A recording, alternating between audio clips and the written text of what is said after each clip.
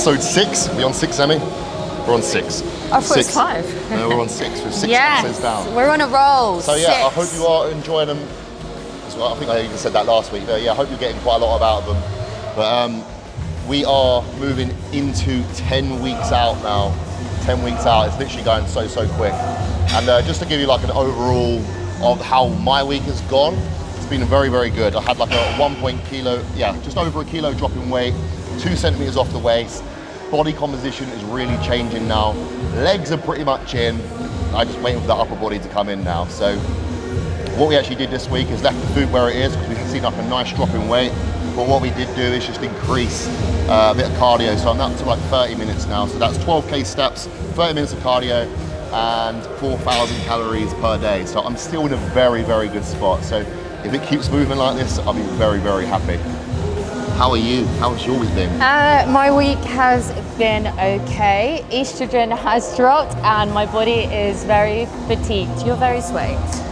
When you're fatigued, what happens? You don't want to go to gym, you feel really tired, you feel hormonal, you feel a bit emotional. Irritable. And irritable, very irritable. But angry. Other than that, I'm not angry. No, my cycle is due in a couple of days and I just get like all of the symptoms and mainly just fatigue. So when I am fatigued, I have to pull back, but I have got legs today. I've had my pre-workout. Let's fucking go. Yeah, so that is our overall week. Oh, also as well, we have booked flights to go back to the UK, which we fly back in 3 weeks time, under that now. 3 weeks time. So we're gonna be going into Birmingham first. We've got a client that's competing at PCA, and then we'll be heading down into the southeast of England. I forgot where I live then. And then we'll be, around there. We'll be in the gyms around there. And photo shoots, yeah. So if you are training around that area, message us because we will 100% come train. We're going to plan a gym meet-up? Yeah, probably like muscle work, something like that, because it's quite central to everyone really. Yeah, nice. Or if you've got any suggestions, just let us know. Yeah. But anyway, today we are, I'm going to go and train a bit of back. You got legs? I've got legs, yeah. I'm going to be so dead later on. Yeah, bundle of joy later on. Literally, when I train legs, I'm in bed by like 8 p.m. Honestly, I'll take my phone and laptop and I'm just in bed like dying. Yeah. So, upper day it is. Let's do it. Let's go.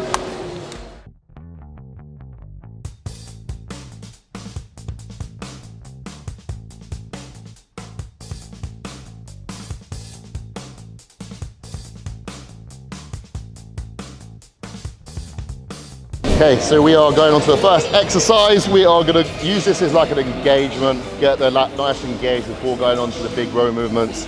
I always start off with like a lat pull down or single lat pull down, like I say, just to get blood into it, help it get engaged. And the main focus really here is just driving, contracting, driving the elbows into the hips.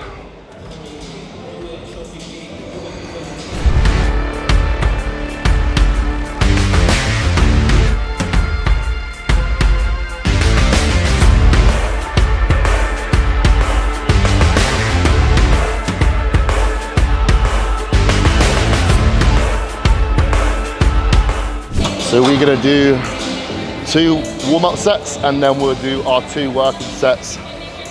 You can literally just load this machine up. It's actually very good. Makes you look very strong. Just trying to find the 20s. Where are the 20s at? I will say as well, like this week is the first week where I actually started to feel quite fatigued at the back end of the week. But literally, like as soon as I got to Sunday, I needed rest. Like my body was pretty beaten up, so had a extra sleep that day and just made sure I got all my steps in really early, and then I just chilled out the rest of the day, just allowed my body just to recover. So that's a nice little tip for you, get your steps in early.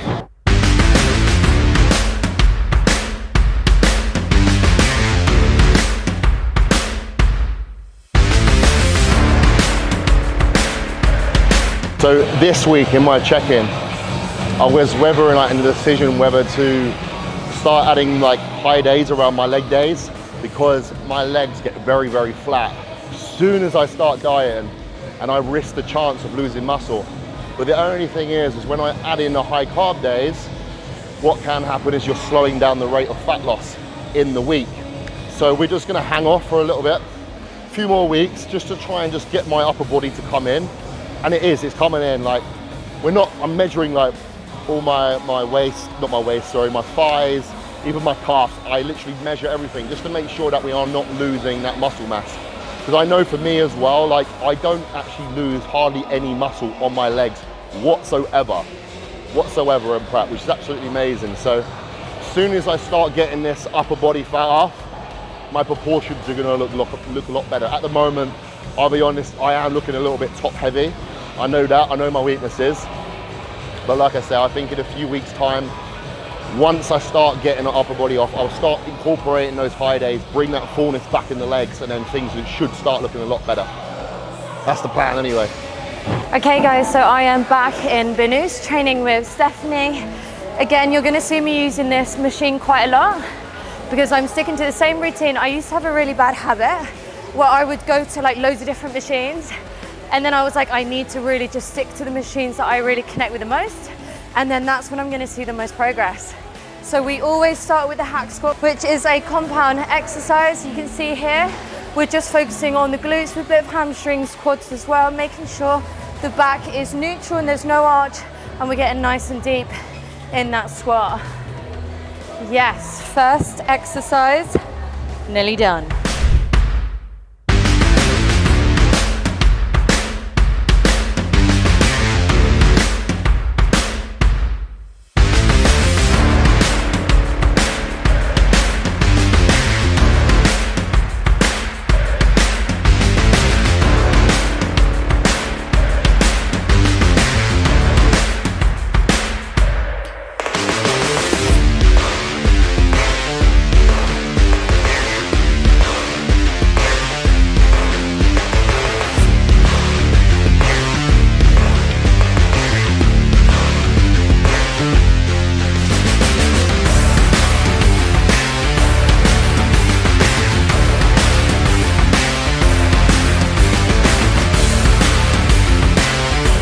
We are moving on to the second exercise, and today we are going to be using this T-bar row because it's new. If it's new, you have to use it. That's the rule. So I'll be honest, I have no idea how to use this machine.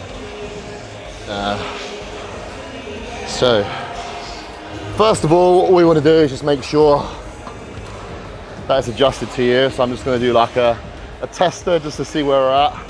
But it looks really, really nice. I saw a couple of people using it yesterday, so just want to see how this feels.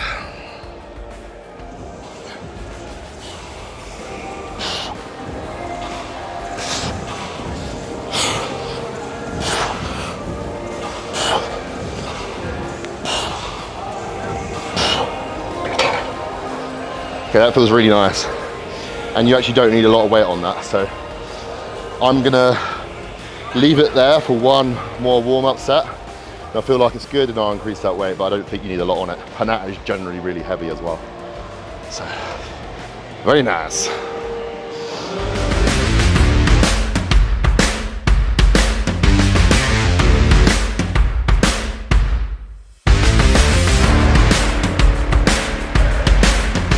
Okay, so we're moving on to our next exercise, which is the leg press.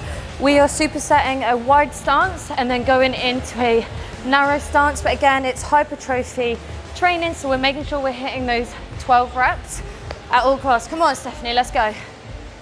Good, you should really start to feel this burn now in the quads as we go for that narrow stance. Anyone that trains with their hands on the legs, I will tell you off. Good, come on. Come on, 12 reps, come on, strong.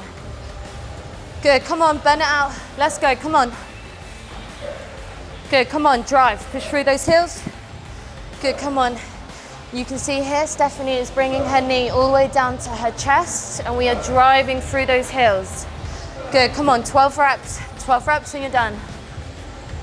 Good, come on, deep breath. Good, come on, we are sweating. It's the first exercise and we were done. Yes.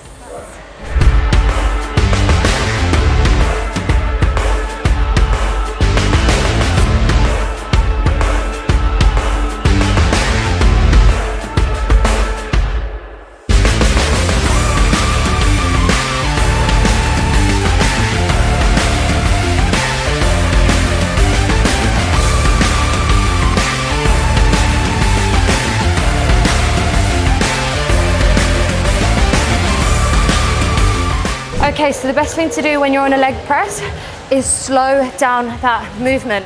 Slow all the way down, power up, push through your heels. The more control you have over the weight, the better that mind-muscle connection is going to be. If you speed through the weight, the connection won't be there. So just make sure you slow the tempo down. Really focus on the muscles that you're working. When you're putting like a training program together for back, what you got to make sure is that you're hitting all angles for your back. So for example, you've just seen me come from high to low, focusing really on those lats.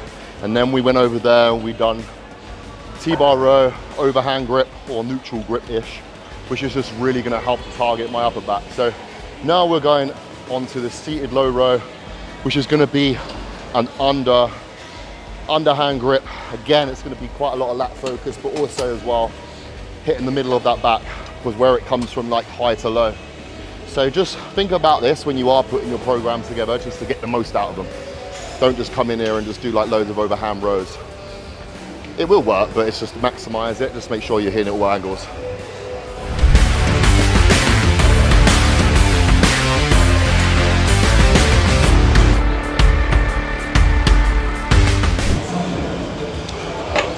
And also as well on this machine, what you want to do, or any sort of row like this, you want to make sure that you're not stopping here at your hip like you would like a lat pull down. Because what you want to try and do is just pull past your back. That's really going to help just engage that back. So a little bit of a tip there when you are doing these sort of machines, just really pull through the movement.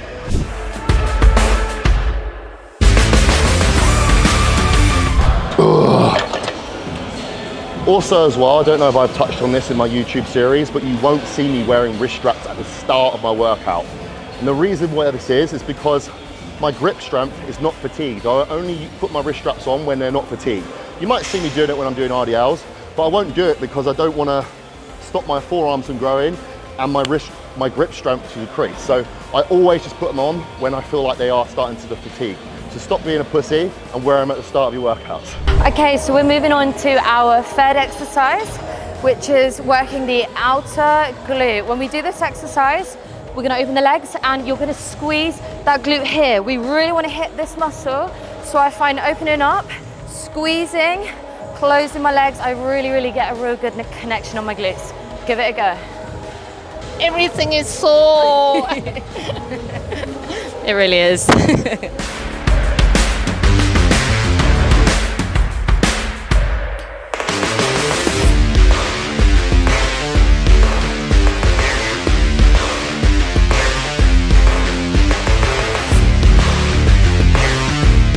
Okay, so what me and Stephanie are doing, we are working our way up that rack.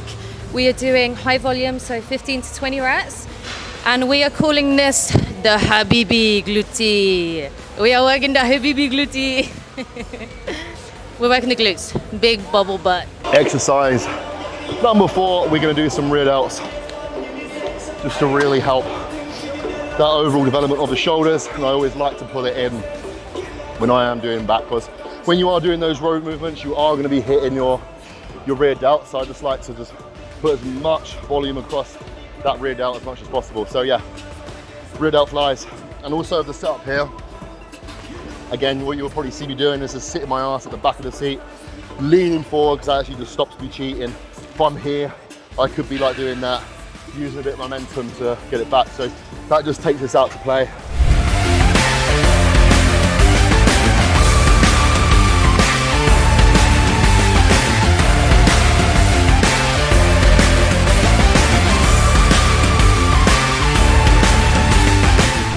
So we've got a bit of a power cut going on, no lights, no music, and as you can see, you can't really see much.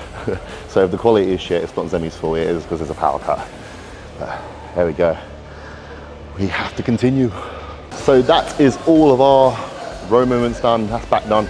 Now we're just gonna finish off with some triceps. I love doing this on this, well, this is something I've been doing for years and years and years, but I normally just switch up my training blocks. But on this training block, we are going to be training back and triceps, because obviously when you are training back, you are hitting your biceps, and by just adding in some triceps at the end, you are technically hitting biceps and triceps in the same workout. So it's quite a lot of volume across the week on their arms. So let's quite a nice little tactic just to bring up your arms.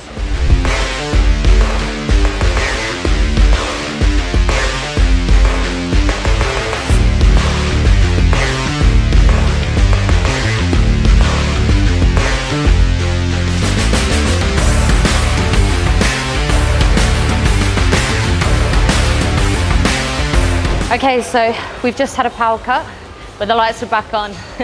So we're on to our fourth exercise, which is a B stance RDL. And what we're doing is we're really trying to isolate the hamstrings and the glutes. So for me, the slower, the better. The slower I go, the more control I have over like tearing those muscle fibers, and I can really, really feel it in my hamstring and isolating each glute. So give it a go, B stance. Tell me how you get on. Okay, straight leg, bent leg.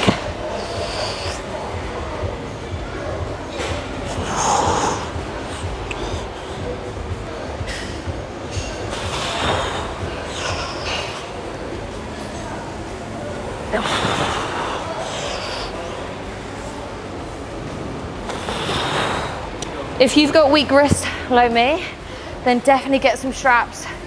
Use these because they will help massively.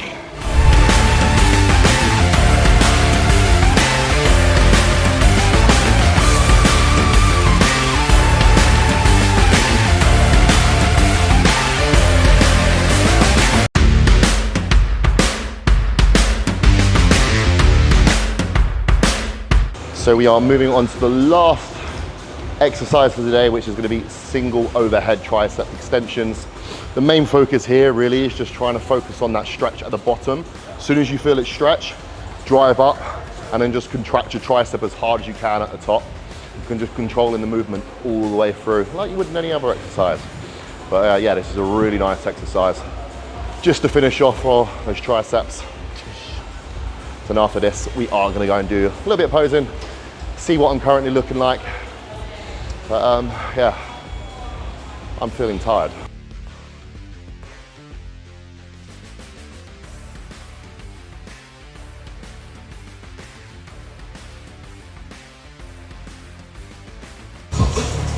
Okay, so we can always finish off, not always actually, what I normally like to do is just rotate my calves with abs. So for example, 3 days a week I do calves because it's an area where I want to work. So I finish with calves, and then like the other 2 to 3 days I finish off with like your abs. So like your crunches, and there'll be like knee raises. That's generally all I do. Well, that's all I do actually for abs.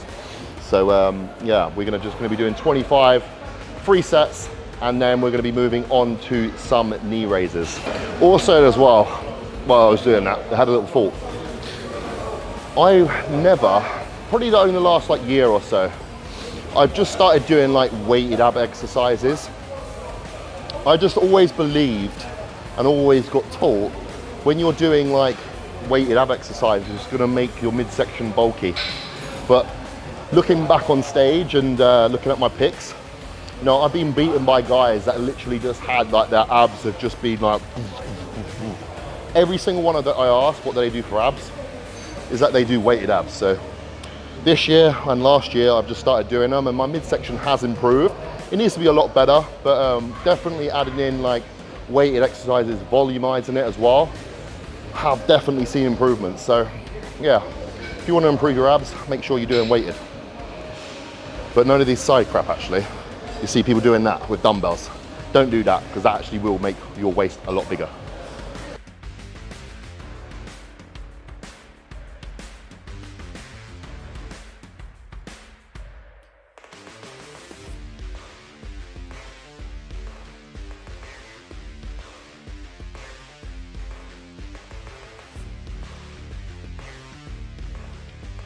Okay, so what I found is really good to do on the hip thrust machine. Stephanie taught me this, but at the top, do an extra pulse. I promise you, you'll feel it so much more. As soon as I added that pulse in, the tension, I could just feel that my glutes were on fire. Give that a go. Okay, so that's all workouts done. We are now gonna go into the posing room. I'm gonna go through some rounds as usual.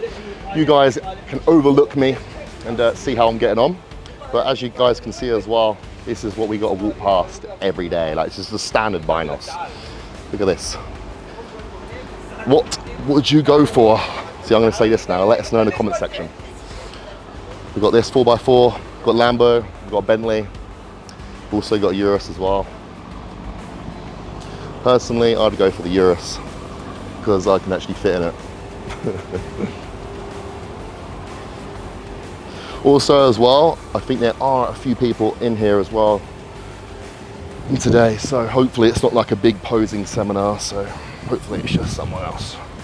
But last time I walked in here, I had like rough diesel and taking like a posing seminar.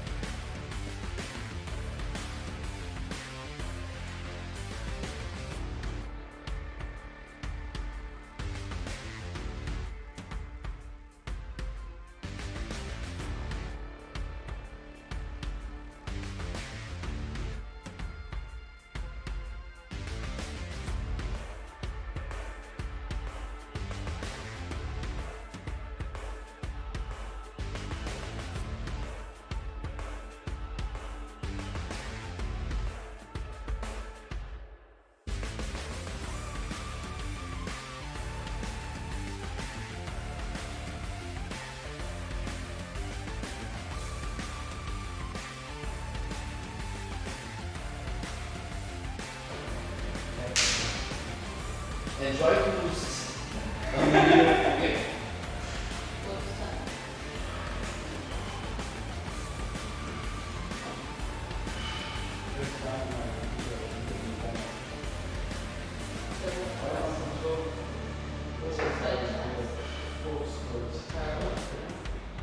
It's a big thing. For me, it's not an intersection. And you big, so use. Okay, so yeah, that's posing all done. As you can see, we are changing nicely now, even though when I'm hitting some certain poses, the lines are getting deeper. You're out, you're hitting the wall there. Yeah, I'm absolutely shattered. Leg day killed me. I hope you guys really enjoyed watching us train. And pose. And pose. I will be posing soon. I actually forgot my bikini, so maybe next week. What you got to say? Go on, your favourite part. Like and subscribe. Over and out. And comment.